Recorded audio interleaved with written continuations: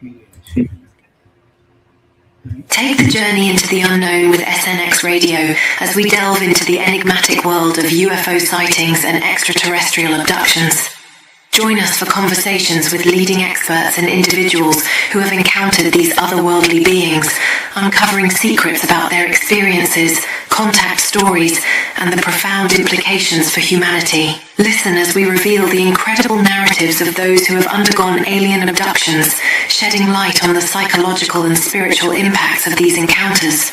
Explore the depths of consciousness and spirituality as we discuss how these experiences may connect us to something greater beyond our understanding. Mm-hmm.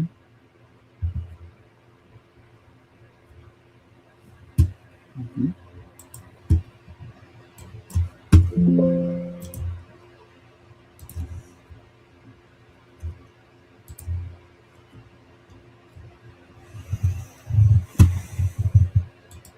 Hello, everybody. Can you hear me?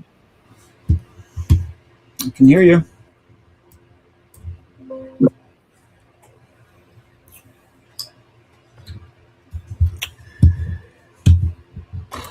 Oh. What USB speaker is that? Can y'all in the chat hear us?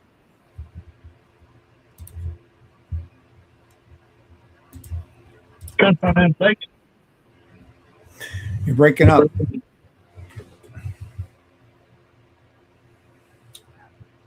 It doesn't surprise me every time I get in the stream.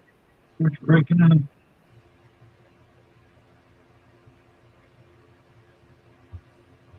Come on, everybody. Welcome to SNX Radio. Coley is having problems with her computer tonight, so she asked me to fill in for her. You can hear me.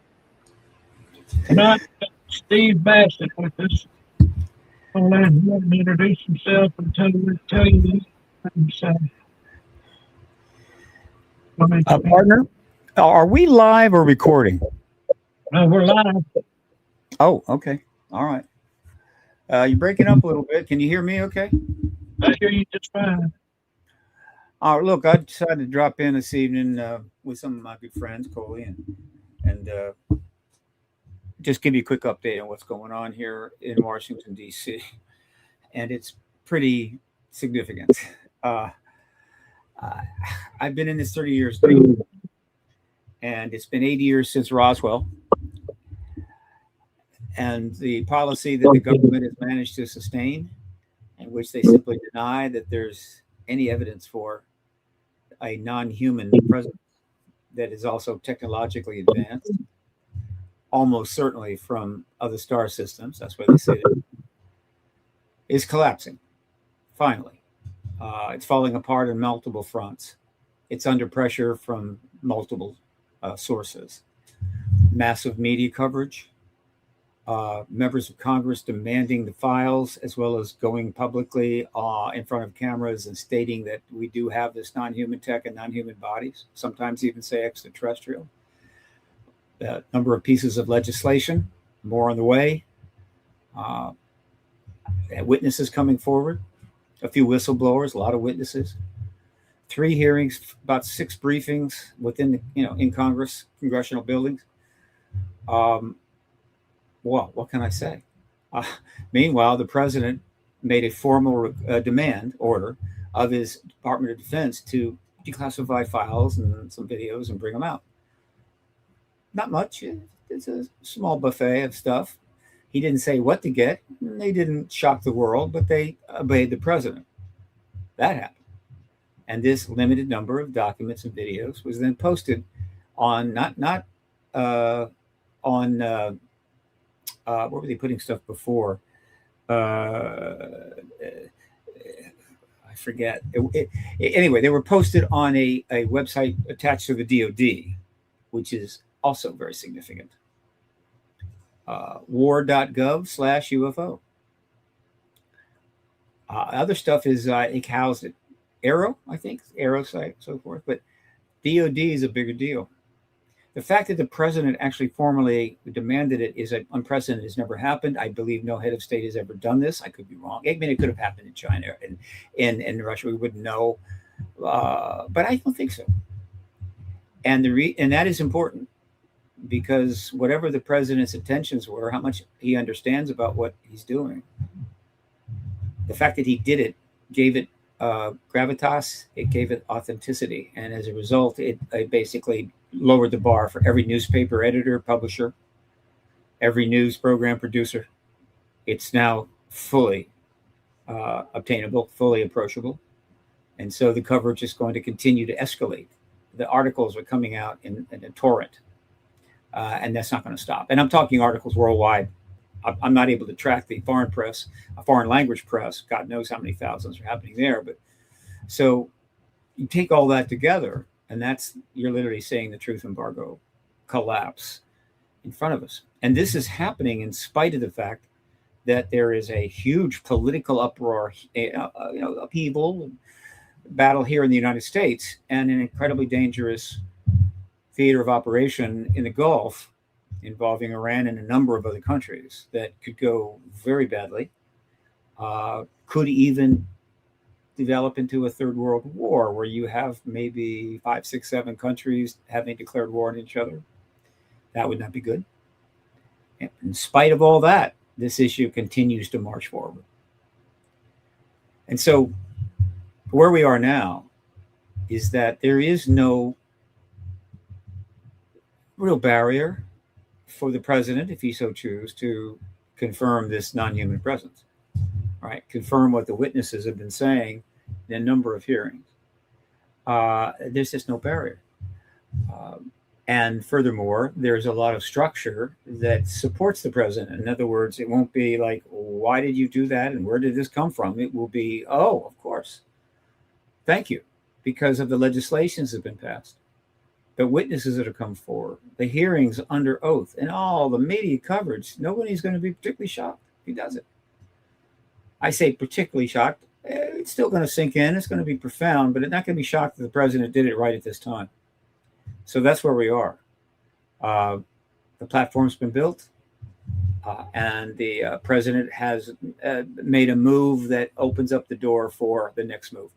So I'm operating the assumption disclosure could happen at any moment, but it wouldn't surprise me if it's going to take another tranche of videos and documents coming out of the DOD at the director, order of the president. By the way, the views, it's views, not subscribers, but the views, or hits, as some people say, on the war.gov UFO site where this material currently is housed, just passed 1 billion. That's a big number. There's 340 million in this country, right? So, yes, sir. Do you think that all of a sudden this disclosure they're coming up with is trying to hide something else that they're covering up, or do you think they're really disclosing? They are giving the president what he wanted.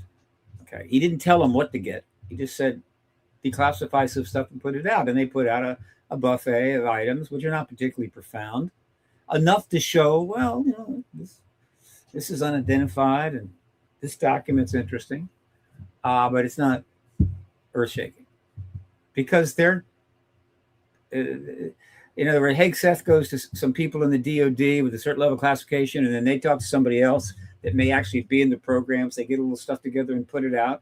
Okay. However, and that's fine. I'm not surprised at that.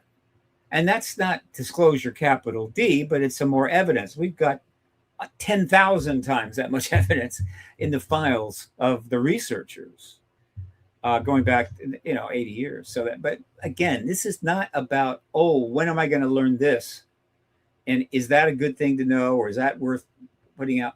It's about a process that leads to the confirmation by the president. Once you have that, then in short order, you're going to see the good stuff. It may take a couple of years, but most of that good stuff will be out, the real stuff. So that's what this is about. It's getting to a place where a particular political act can take place. It's not about, we're going to learn this, we're going to learn that. Don't think that way. Whatever you learn, the chances are there's better stuff out there already.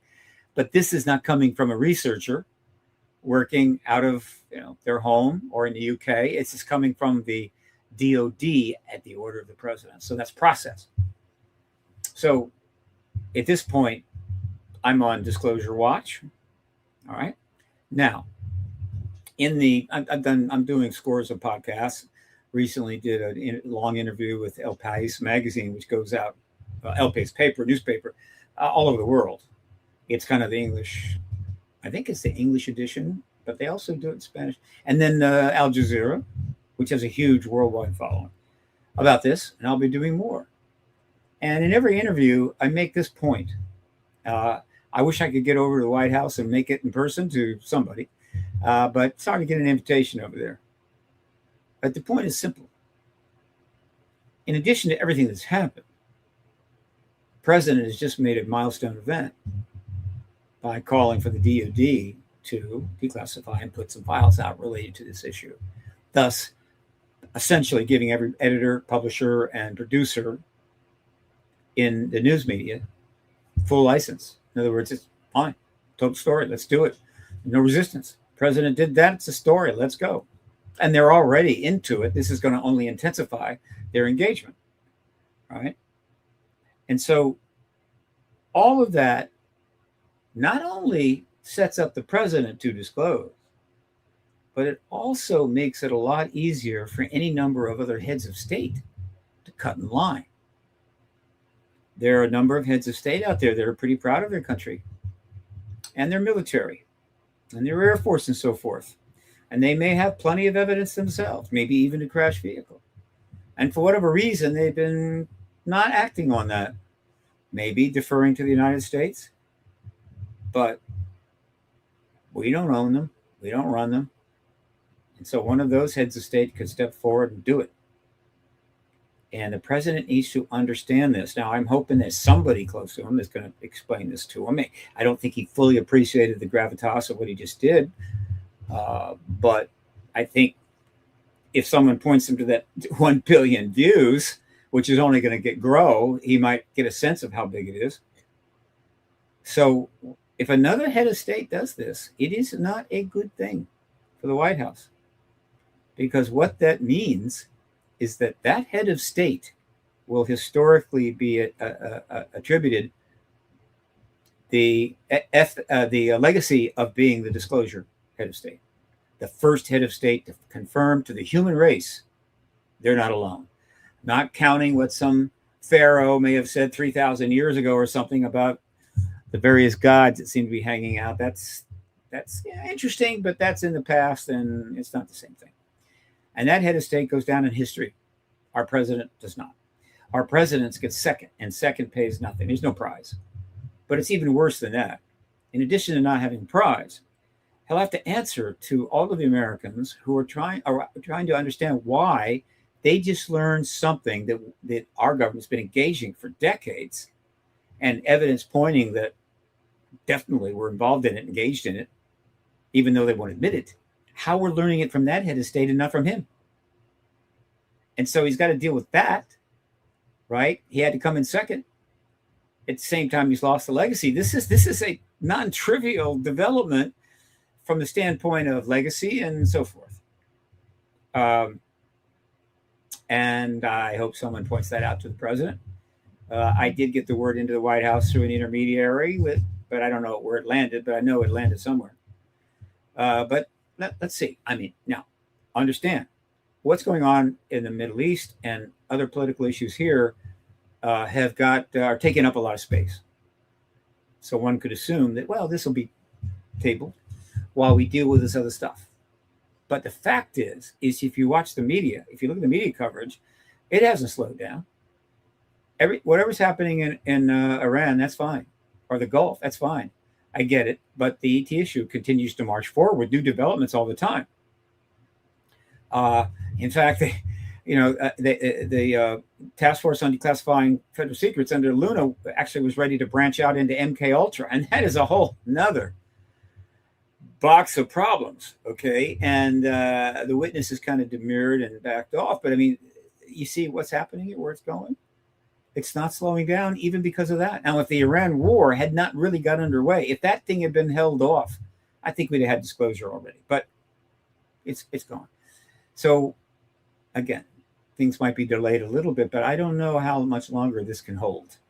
once the avalanche starts down a mountain, it doesn't take a break after a while and continue on. Same for when giant dams break open. The water doesn't just hang out for a while and then cruise down the riverbed. It all comes out as fast as it can. And if you're downstream, you better get the high ground, or you're going to get washed away. And if you've got a boat, you want to get in that boat and ride that rushing water all the way down to wherever it's going to take you, basically the post-disclosure world. So that's where we are. And my website, paradigmresearchgroup.org, has a huge media section on it of 18,000 articles. It's called the News Media Archive. I am 700 articles in arrears in terms of posting the links on the site because I simply cannot keep up. Now it's like dealing with a fire hose. But in due course, I'll get them all up. And you can go and follow this chronologically, as far back as you want to go, or reverse order. It's one of my principal projects, and it's very useful. Searchable by year. And again, soon will be, I think, up to 19,000 articles. And then PRG is also working on other projects. It's working with New Paradigm Institute. It's working with the State of the World Forum. All of these are nonprofits. Well, State of the World Forum is not. New Paradigm Institute is. And the Hollywood Disclosure Alliance, which is really starting to grow, based in Los Angeles. These are individuals in the film business or in UAP research, activism, journalism, documentaries, who are networking together, no cost, to create content. And things are happening. We have 250 plus members. If you're in the content industry, all the way up to as big as you want to go, Steven Spielberg has an open invitation. Or you've been doing a lot of research or work with the UAP issue, probably get in touch. Go to the website, HollywoodDisclosureAlliance.org, and there's a way where you can get in touch to consider becoming a member of the HDA. So that's kind of an update. All right. Got a couple of questions on that, or are you good?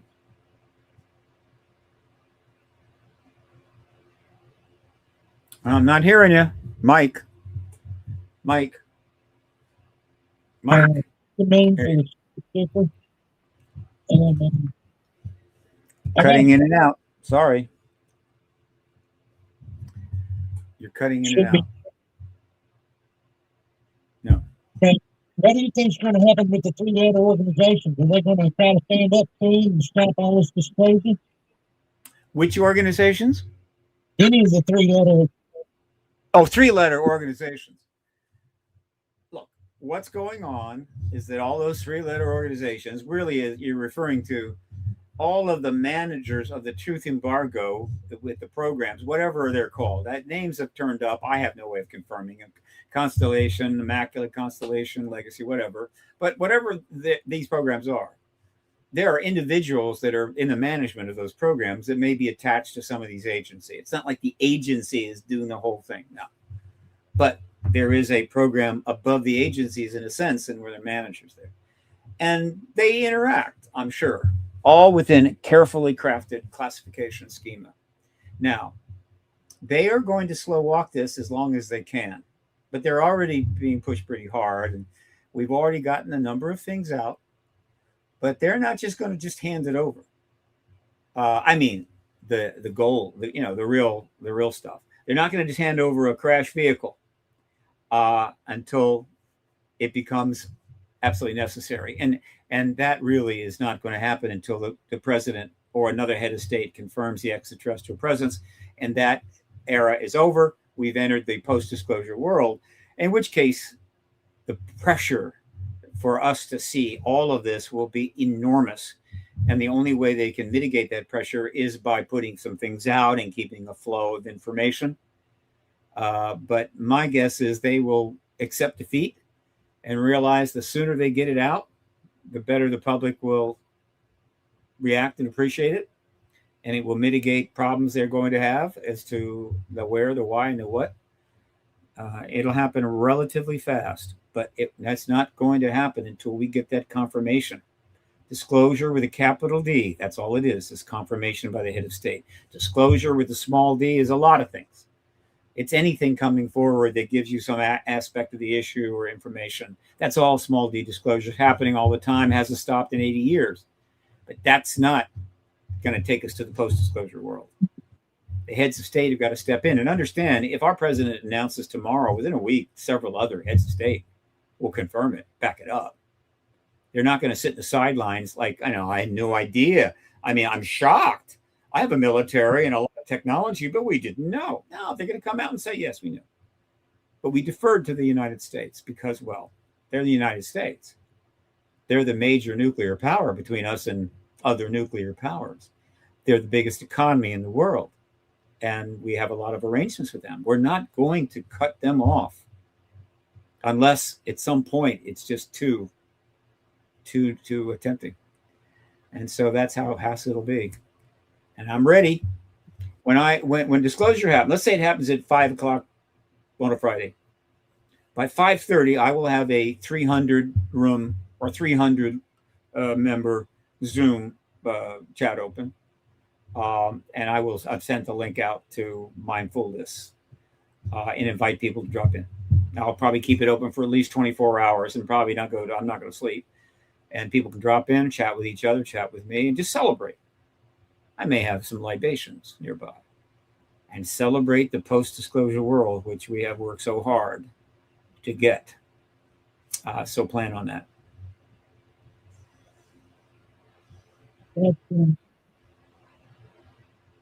If this is going to be disclosed, what do you think it's going to lead to? Cryptids being disclosed also? With the what being disclosed also? The cryptids. Like cryptids? Did you say cryptids? Yeah.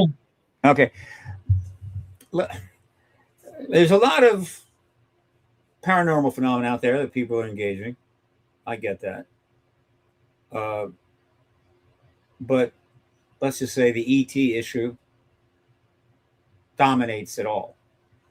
And so the focus is going to be on that. And I should mention that one of the major aspects of the ET reality is contactees. And so what you're going to see post-disclosure, what's going to open up post-disclosure pretty much right away, in addition to all of the basic stuff that we know they have and we want to see, is contactees. And they're going to be coming forward. They're going to be interviewed. They may eventually get to testify. And that's going to dominate the public space for a while. Some of the other esoteric areas will probably have a little more engagement. It kind of like opens up things a little bit, meaning, well, it turns out that's true. Let's maybe take a look here. I have no idea how that's going to go. No idea whatsoever. People that are into that are to stay into that.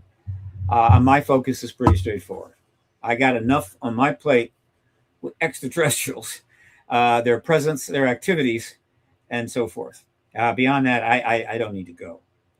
So we'll see what happens about that. Now, certain other areas that are considered, still by many still considered paranormal, they will get a very substantial new look.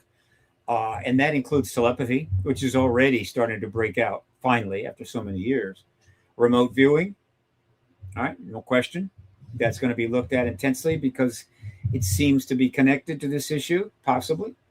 Though those things will certainly have heightened interest. There may be a couple of others. But and then, ghosts. What about ghosts? I don't know.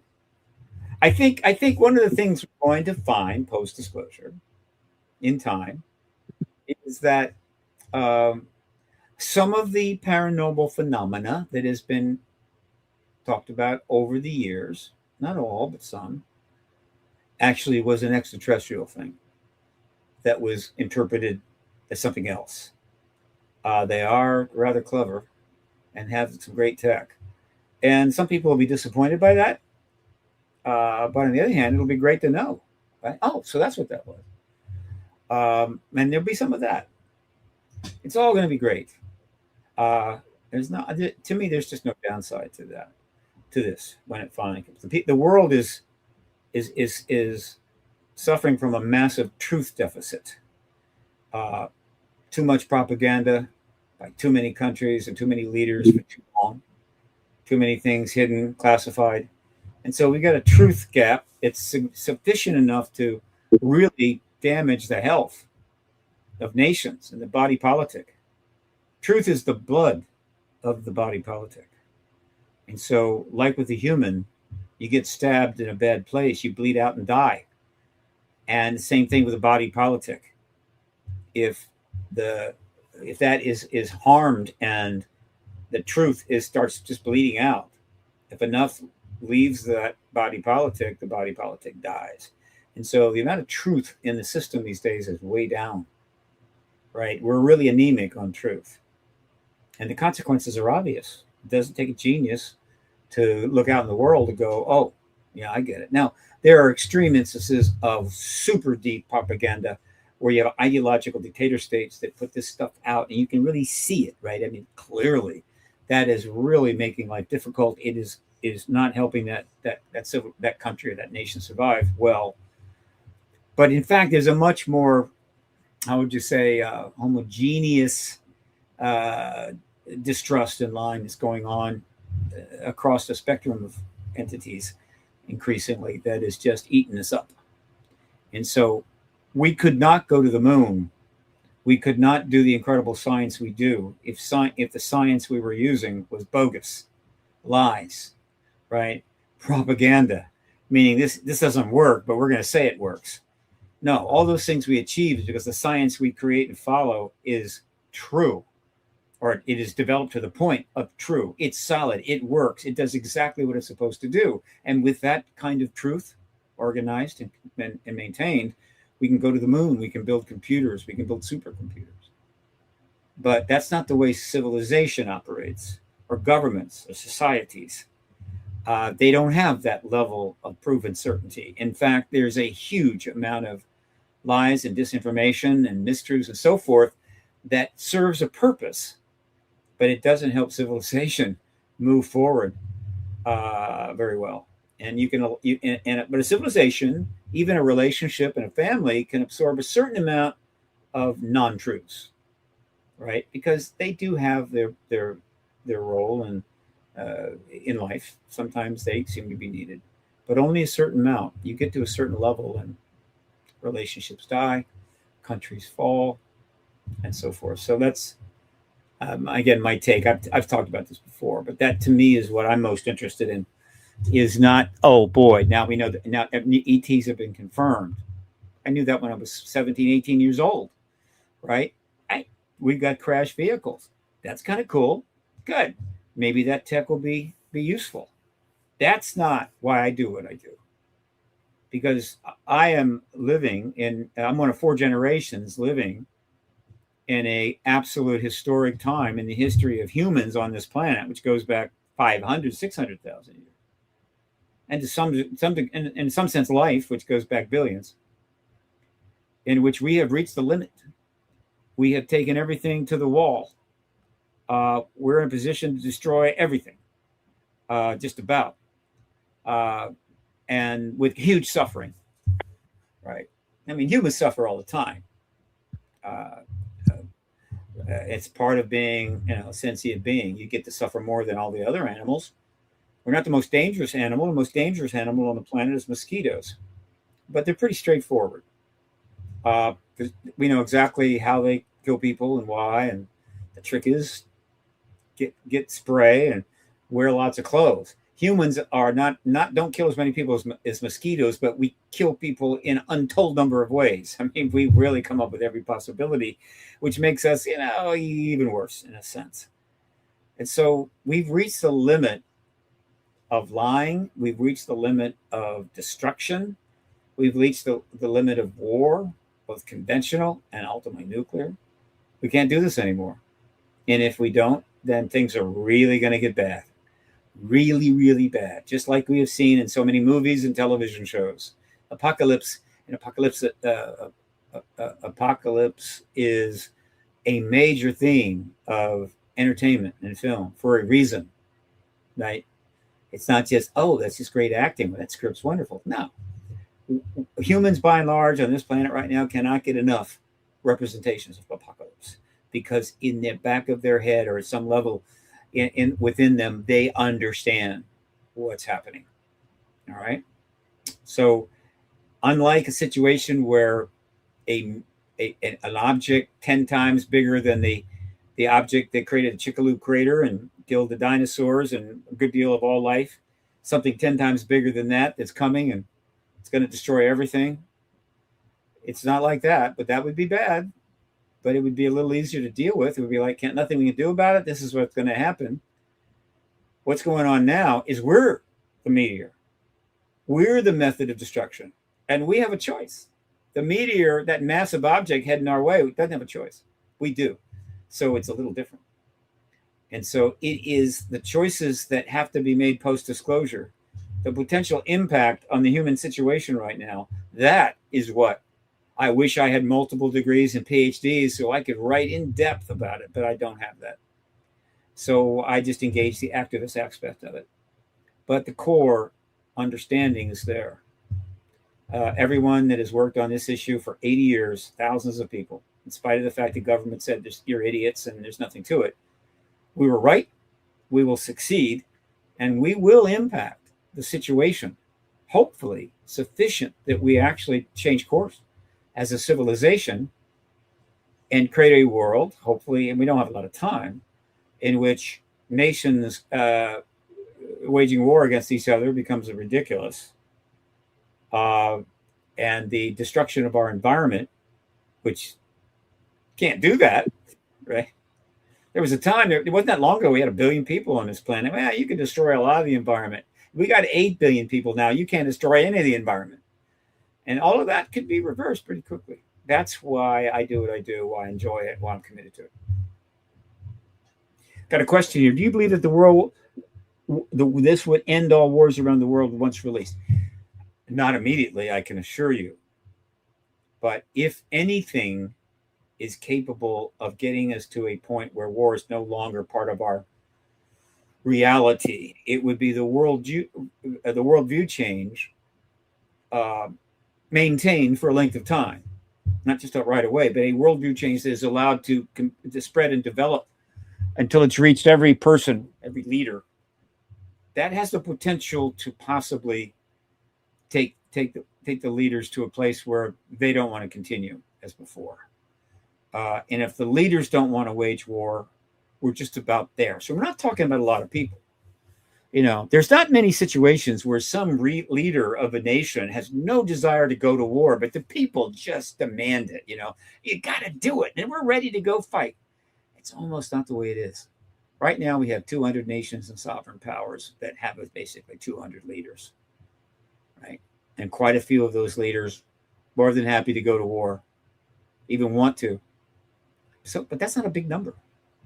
If we could just reduce that number down to maybe 1 or 2 tops, we'd be there.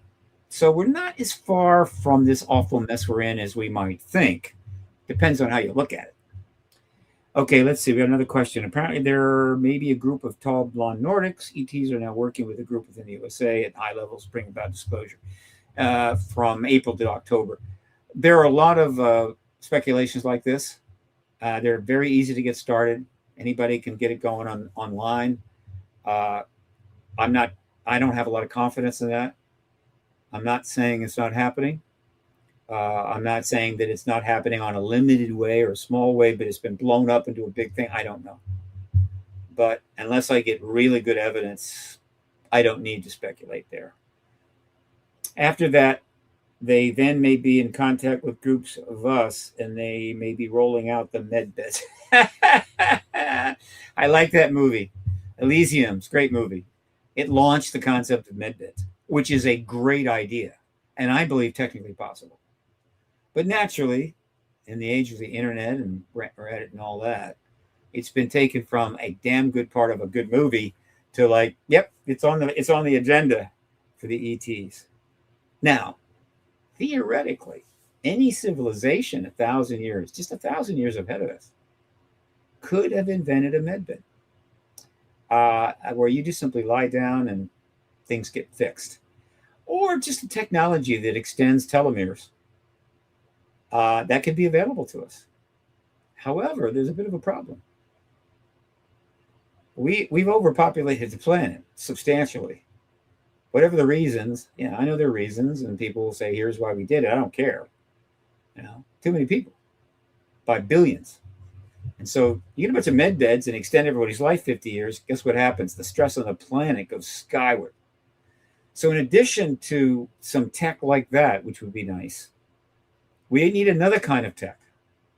And that is extremely effective, easy, inexpensive birth control so that families can manage themselves well with incentives from governments and society to keep families small, not large. And at some point, we start to have a reduced population. Where we'd like to be in 100 years is a population of about 2 billion people that live a couple of hundred years. Now, that's a life, right? In other words, living maybe 200 years, that is, to me, far more preferential than 10 times the number of people just living 80. And the universe doesn't reward that. It's not like, oh, you've accomplished something if you have even more billions of people, but still living 80 years. I mean, it's more people getting more sentient beings getting to sample life, I guess.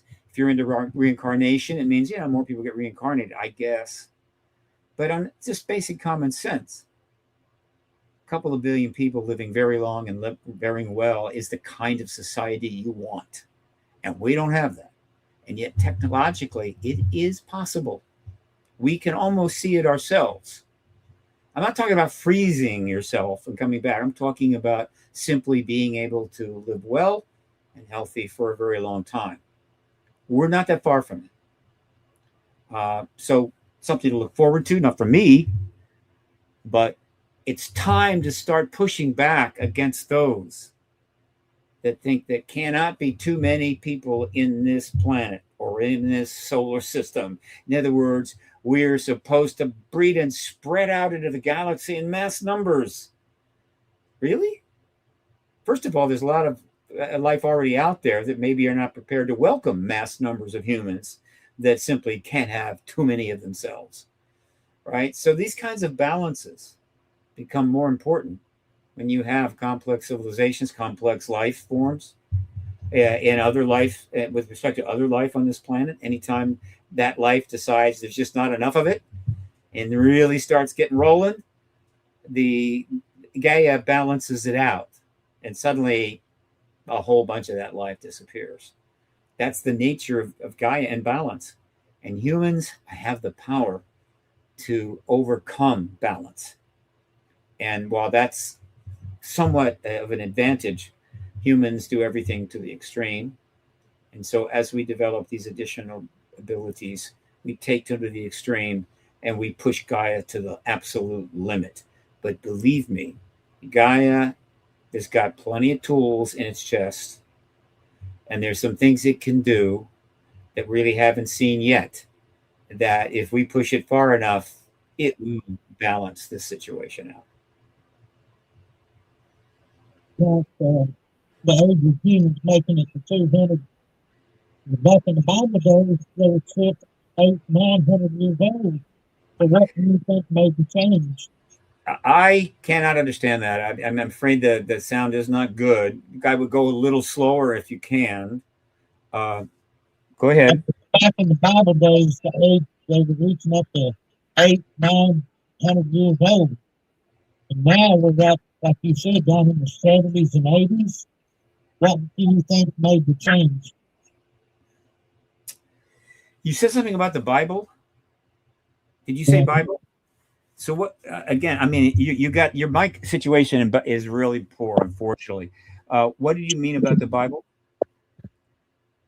In the Bible days, they were living up in the hundreds of years old. What do you think made the change from then to now? I will confess to not being a person of faith. Okay, it doesn't mean I disrespect it. It just means I'm not a person of faith. I was going to be an astrophysicist, but things got wobbly back in the 60s. And so the length of years that were discussed in the Bible, I really can't have an opinion about that. I certainly don't accept it as just on its face. Okay. Now, if you want to go there, I do believe, not just because I've seen too many ancient alien shows, a lot of which were damn good, and there's plenty of really good material in there. It's possible that if there were ETs present, maybe not different types. I mean, not the same ones we're dealing with now. We're talking thousands of years ago, wholly different world. But if there were some ETs present, they could be living hundreds of years, and that's possible, and that could be what that's talking about. Do I think the average Egyptian could live hundreds of years? No. So it's not a big issue for me whether that was true or not. I'm intrigued by the idea, very intrigued by the idea of extraterrestrial engagement of ancient civilizations. Love to know more about it. I mean, we have some records, but obviously we only have a limited amount of understanding. And I think whatever we know, pretty much ancient aliens covered it. God bless it. But the ETs, on the other hand, which we may be in open contact with at some point, if they've got even just the kind of archiving ability we have, recording ability we have, they could have an unbelievable accounting of what was going on back there. But I will assume they're way past us. And so they might just gift us with, it's just a present, right? Just a gift to introduce themselves to us.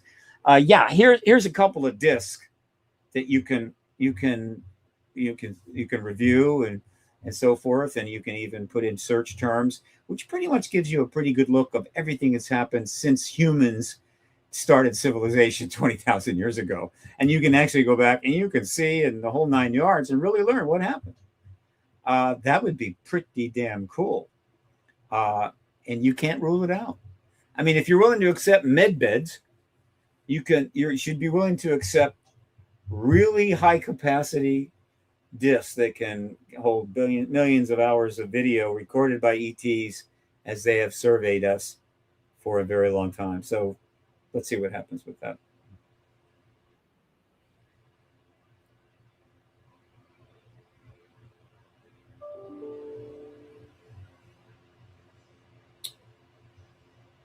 Your mic's off. Mic's off. Mike. I'm putting my phone. See if I can get a better. Let me try a different sound system here. Let's go with how about this? That might be better. Okay. All right, partner. What you got on? What you got?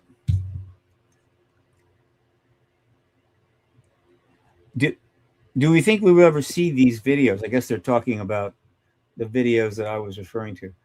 I can't rule it out. I've said that based upon my assessment of the extraterrestrial agenda, which is not that obscure. I mean, if you just look at the overall evidence, it's not hard to find an agenda there. That I think open contact follows disclosure within a year or two, and open contact, anything is possible, right? And that includes med beds. It includes recorded histories we could only dream about. Question for Stephen. Do you believe that there is truly a genetic experimentation happening to find the perfect hybrid or usher in divine intervention? I can't speak to divine intervention, nor do I know what a perfect hybrid would be. However, you don't have to review a whole lot of contactee studies and reports, and there have been huge numbers of these, to get that there's a genetic work being done here by extraterrestrials, different types. In other words, I mean, a range probably of genetic involvement, which includes hybrids. And that's a big deal. Do I talk about that with members of Congress? No, I don't. Not even, a major interview by a Wall Street Journal or something. I'm not going to bring that up, but I talk about it on these podcasts because it's true. And these contactees are waiting patiently for their opportunity to discuss this.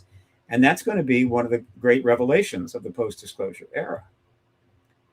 Contact genetic work, including hybridization, is happening.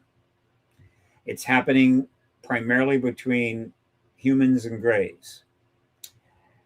It's not by invitation only. It is. They do what they do. It is clearly against the law, at least our law. It's uncomfortable. Contactees suffer. A lot of that suffering, though, is exacerbated by the fact that government denies it all. So they don't have the ability to talk to people about it.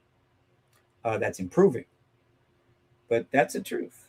Now, is it everybody? No, it's a tiny fraction of the population. Should we address it? Yes. I wouldn't want to get into wrong, right, evil, good. I think it transcends that.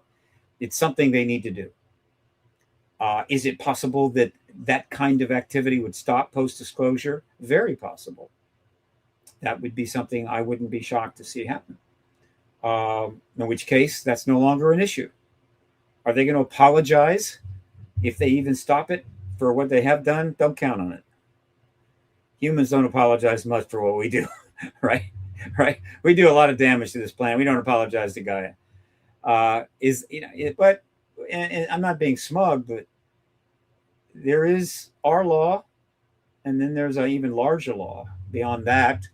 Probably perhaps a regional galactic, not regional law amongst civilization groups within our own galaxy.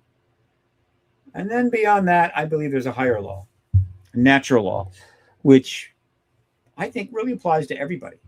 But we're not gonna know just to what degree that natural law is there and applies to maybe an entire species or a group of species until we have disclosure and we start learning about this galaxy in a much more broad way.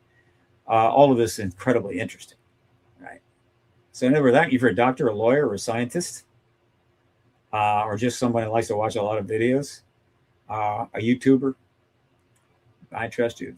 The post-disclosure world is going to be just one giant fun thing, except that, and this assumes we don't have the nuclear war, except that it's not ET tech and weapons of war tech is not the only tech that we're dealing with. We're also dealing with AI, and AI is a massive change and paradigm shift that just may or may not accidentally be corresponding with the disclosure process and the acknowledgement of the ET presence.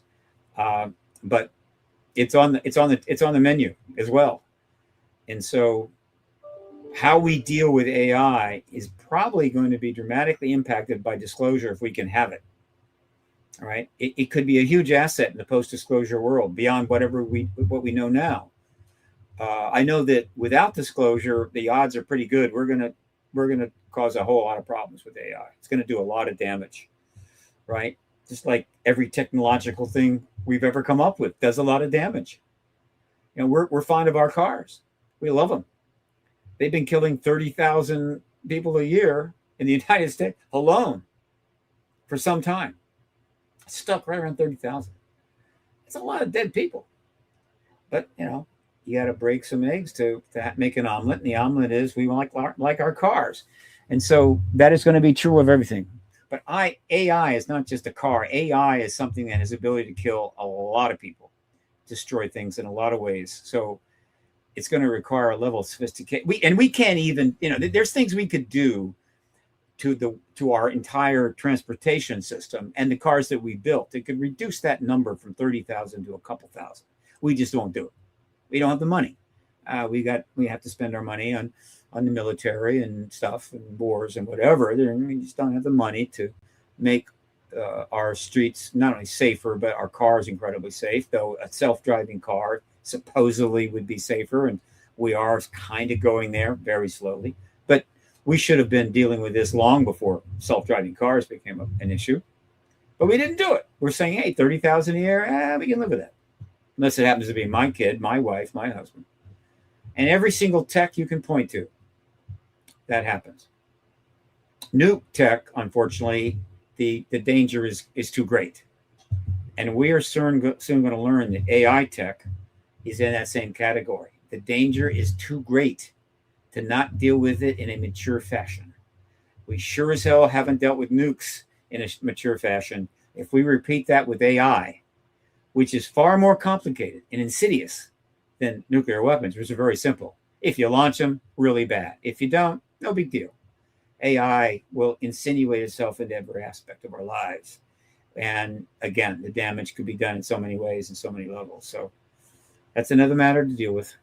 Do you think they will ever disclose the truth about abductees?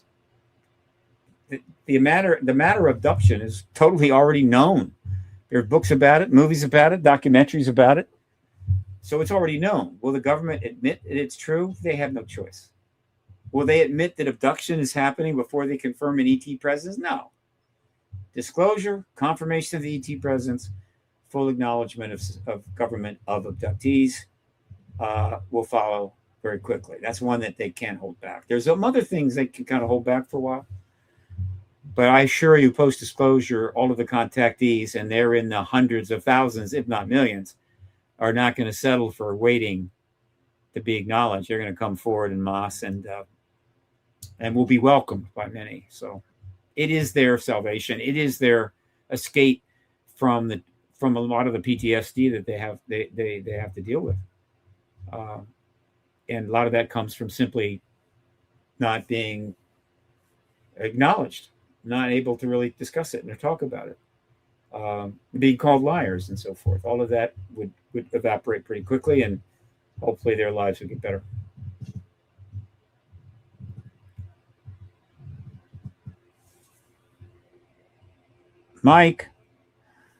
Microphone, Pops, microphone. I wasn't saying anything. You can't hear me, so I would quit talking and start talking. Gotcha. Let's see. Maybe let me do a few more questions. Maybe in chat, print them out there. I can answer those. That's pretty easy, straightforward. Some abductees have seen military with ETs. That is correct, Marcy. They have reported that, and it's very significant. Now, is it ETs making you think that they're military? Because they can make you see whatever they want, which is pretty interesting. Or is it really military? If it is, and they're in the same room together, the implications are great. But what those implications are, we still don't know. And we speculate. And of course, a whole bunch of theories emerge from that. And that's, well, not surprising, but we really need to know, and hopefully post-disclosure, exactly what collaborations have occurred, if any, what deals have been struck, if any, what treaties have been dealt, if any. Just any of that. I mean, that's something the government is going to have to come clean on. And it's going to be a little uncomfortable, but we have to know that. And if the government tries to play games with that, they're going to find that the people, of which outnumber them thousands to one, will not accept that. And so they need to be prepared to explain all that. And we may learn some things that are quite interesting, maybe disturbing, right? I think collaboration with ETs by government would be something in the incredibly classified area, and something that the managers of the truth embargo do not want out ever. And maybe one of the things that motivate them to hang on as long as they can, push back, and so forth. There are some things out there. There are some things that have happened that I think a lot of people, their preference would be, yeah, I want you all to know about the ETs, but wait till I'm dead. Or minimal, fully retired in the Caribbean somewhere, and nobody even knows where I am. Yeah, but until then, no, it can't go out. There's going to be some of that. And it won't be as bad as they think. But nevertheless, it's an issue. How did they get here? Colony ships, wormholes. My money is on star-to-star ships using some version of warp drive, which kind of manifests like wormholes. I mean, it looks like wormholes, but it's actually a different kind of tech that's manipulating space-time in a way that's advantageous. I'm putting my money on that. That doesn't mean there is other explanations, but that's where I put my money. Sorry, everyone, for all the trouble tonight. Coley couldn't get her computer to work. I can relate to that. Okay, any other questions via text? Go for it. Nothing wrong with that, by the way. It's actually kind of cool. It's like an X space, Twitter space, X space. Anyway, like that. Okay. I want to mention that the Contact in the Desert is going to be the biggest ever. Palm Springs. Not cheap, but you get your money's worth. ContactInTheDesert.com. I'm going to be there doing quite a bit of presentation and so forth. You check the speaker lineup. We've got 3 witnesses that testified before Congress. We got Eric Davis. We got Jacques Vallée. We got a lot of. It's an incredible lineup, and then we have a lot of the people that y'all know and love doing their thing. They'll be there as well. Massive event, May 28th, June 1. Palm Springs. ContactInTheDesert.com. There's going to be several films premiering, including Ron James's latest film, Accidental Truth Next, that will then shortly thereafter hit all the big platforms. So you wanna watch for that. And the way you get in touch with me is, you can. I've got to fix my contact form on my site. It has been driving me crazy. But if you go to my website, you can go to the contact page, and it's got email address and phone number.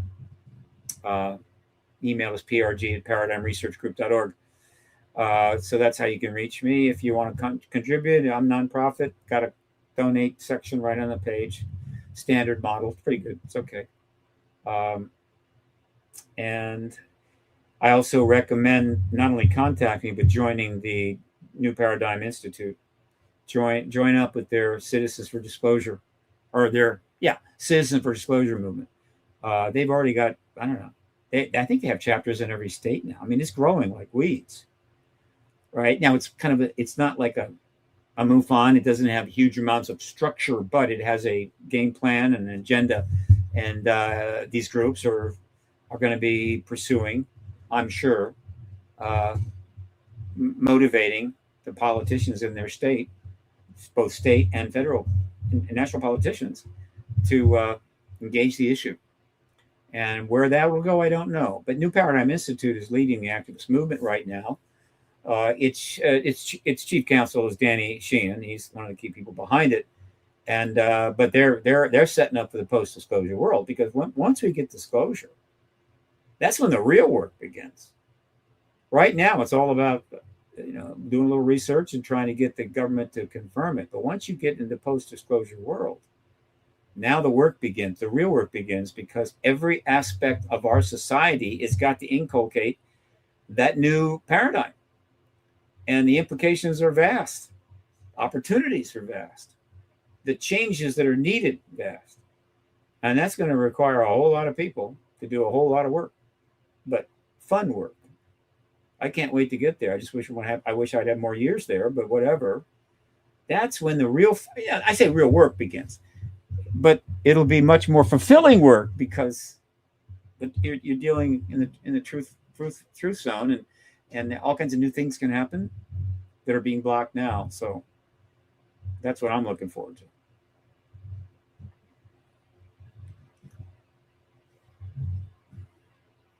Waiting on a question. Let's see. So anything else on promote? MUFON's got a symposium coming up, big one. I think it's in August. There are new conferences emerging that are designed to kind of deal with the new reality where we are right now. A lot of the ways that the ufological world operates is going to have to change, upgrade, things like that. Just Google search UFO UAP conferences, and you can kind of see some of these. I have not been abducted, nor have I seen anything. Never had a sighting, never been abducted. No paranormal experiences, whatever. A few synchronicities that impressed me, right? In other words, a synchronicity is like a supercharged coincidence. And I kind of respect that. But I've been denied that. Probably a good thing. Allows me to keep level-headed, not get carried away. What's your take on the death of scientists and researchers in the last few years? Great question. Okay.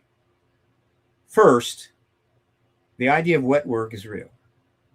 Wet work is the term that describes specifically intelligence operations. In other words, essentially formal intelligence operations, which are essentially legal within a country. Not illegal, but legal. Doing things that are not good, like killing people in order to serve the national security. Invariably, there's no outcome to that. I mean, there's no, it's not resolved. There's no justice there. In fact, it's legal. It's legalized killing. And the reason they call it wet work is because blood is often spilled. I assure you it's happened. There's not an intelligence agency in this world that hasn't done a little wet work. Now, based on the time frame, I think it could be much less or more. But with respect to the truth embargo, I believe there's been some wet work. I think some of that was in the earliest days when the connection to national security was extremely strong, 47 on, into the 50s, into the 60s. And anybody that really wanted to blow the whistle or cooperate outside of government in some way that might even be, for money or whatever, but were violating their clearance, there might have been some people that didn't work out for them.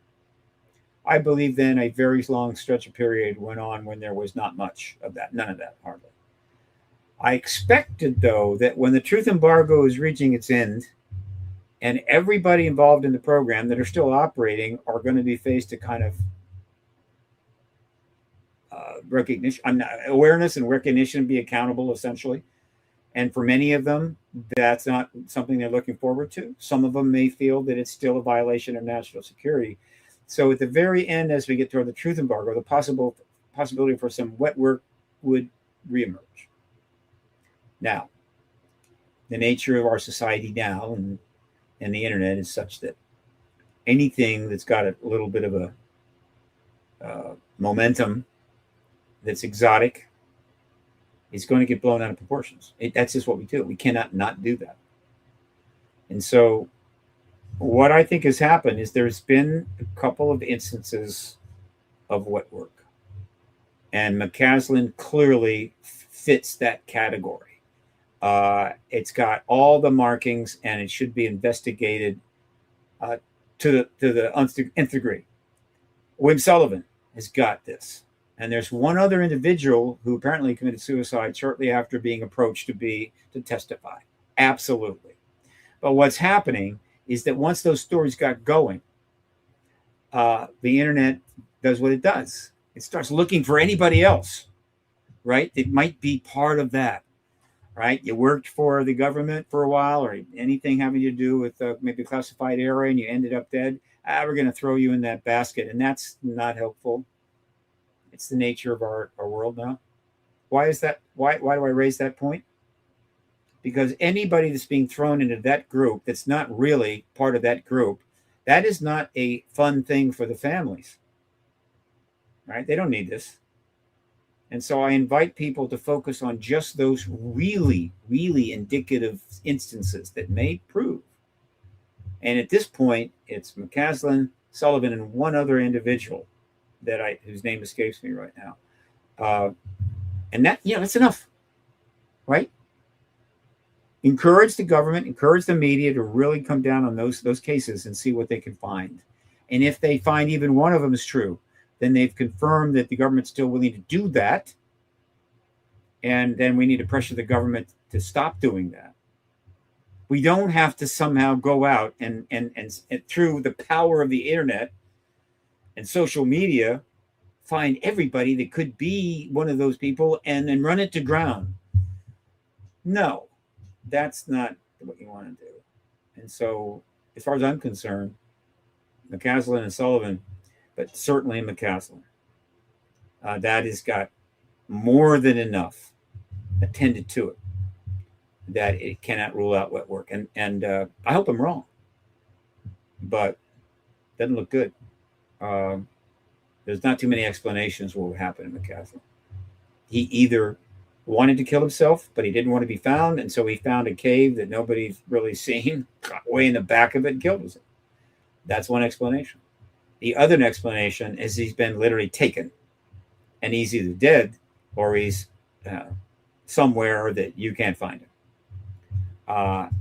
That's the only two explanations, and nothing else makes any sense at all. So let's see what happens there. Another question.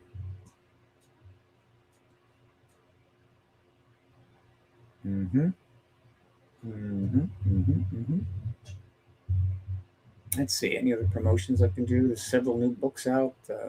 I need to get out a promo. Look, if you go to my website, Paradigm Research Group, what you want to do is subscribe to my news. I don't send out a lot of stuff, sometimes more than others, but right now it's been scarce. I'm about to start posting to my list, and so I have a contact list, right? Constant contact list, and you can subscribe to it up in the left corner of my website. So subscribe, put your email in there, and you'll get some things from me. I'm about to put out a very big promo promoting or announcing or making people aware of a whole bunch of stuff. Right? That's why I like to do it. Right? Just keep it and refer to it, and it'll give you options for the rest of this year.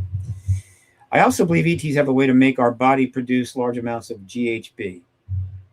And if they drop us near water, we're dead. Yeah, I have no idea. What can I say?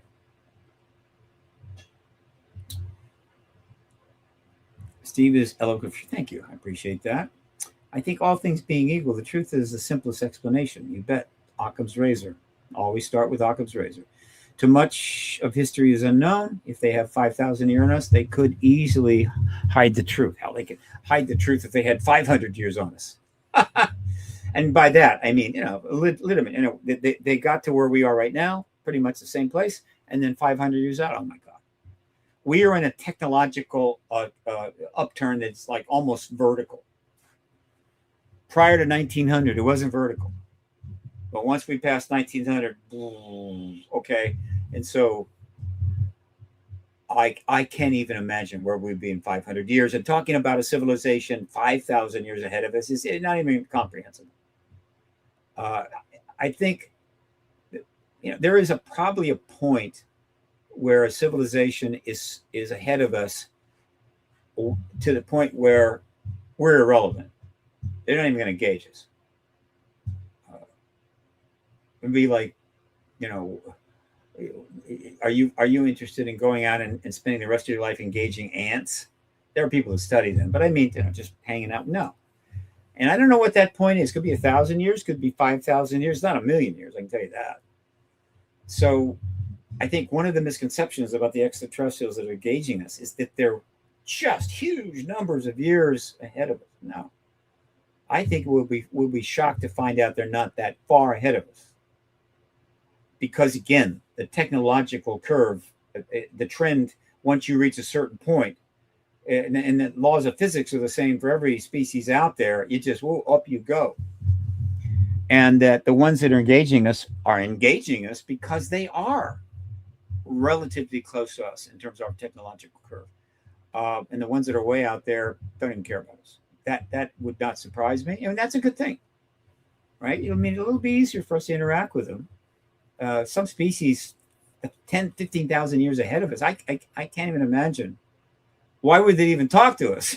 But it's also the case that if we're going to communicate with advanced species, the one thing we're going to have is artificial intelligence.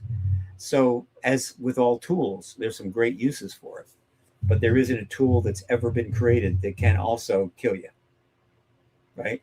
Even a pair of pliers. Right. So if it's a tool, it can do great. It can do destructive things. It can do constructive things. And what we need to do is start only using the constructive part of the tools that we engage and not the destructive. But we're not there yet. Not enough of us are there yet. And as a result, every tool we come up with, it's going to be trouble. Did Paul Hellyer reveal to you that he was aware of the UFOs back in the 60s? It was 67 that Paul endorsed the landing pad. I know he endorsed the landing pad. Whether he had any firsthand knowledge of ET. He was a high-level person within the government. He might have. I never got that feeling, though. But he was a very intelligent, open-minded guy. And so it's possible that he was just doing what seemed logical, given what was emerging out of the citizen science activism research ever. So I don't know. Now, Victor Vigiani might know. So get in touch with Victor. He might be able to, he's more likely to give you a defined answer on that. What do you know about chemtrails? I can never reach a conclusion about chemtrails.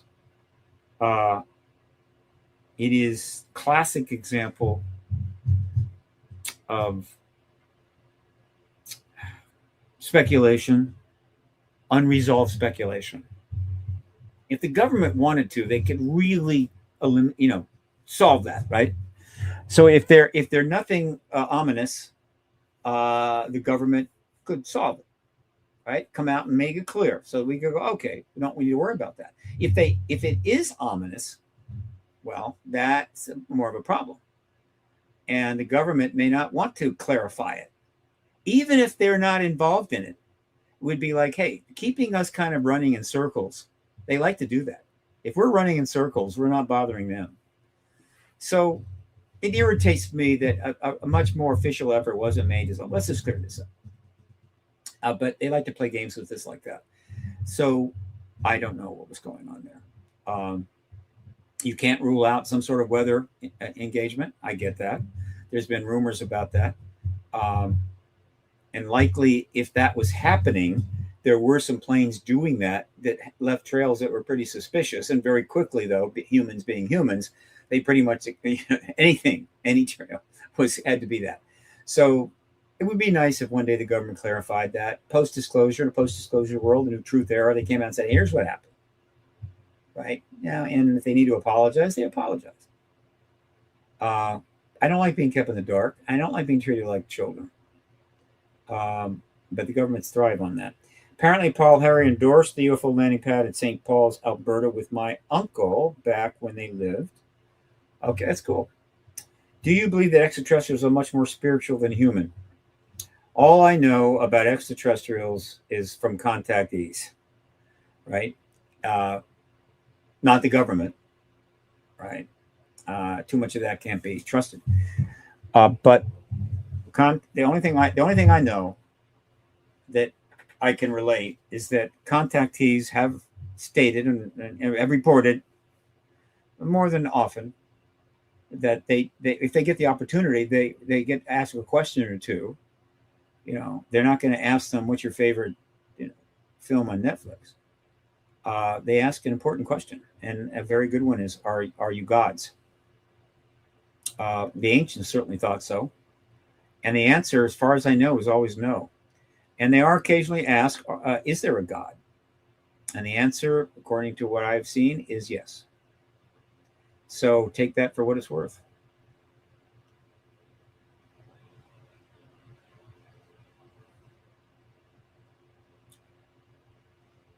Balance, perhaps they might also have few rules. Could you elaborate, Shelley? What do you mean?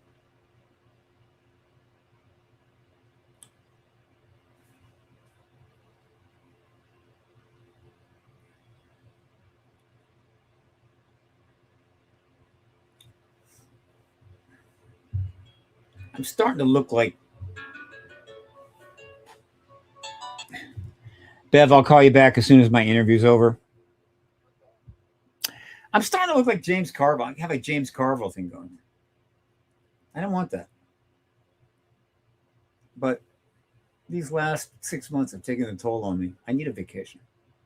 A couple of months in the Caribbean, I would take 10 years off for sure. Any more questions, folks? If you don't come up with them, I got to get back to booking airplane flights. Thank you, Steve, for coming on. I hope you can hear me. I can hear you. Thank you. You're welcome. My regards to Coley. I hope you, fix that computer, kiddo. I know what it's like. Without a computer, we're nothing. I had to come back on because you gave great information, and it just because I could not speak loud enough for you to hear me, I just kept my mouth shut for the most part. And we want to thank everybody for coming in. And we want to plug, don't forget, every second Monday of the month, top panel. We always have a great show, and we've got 2 great guests lined up for the next 2 months. So y'all come back and see us. And like I said, thank you, Steve, for coming in. All right. Good night and good luck. Yes, see, Coley will be back next program, y'all. Y'all come on back. Good night, everybody. Have a great show. Good night.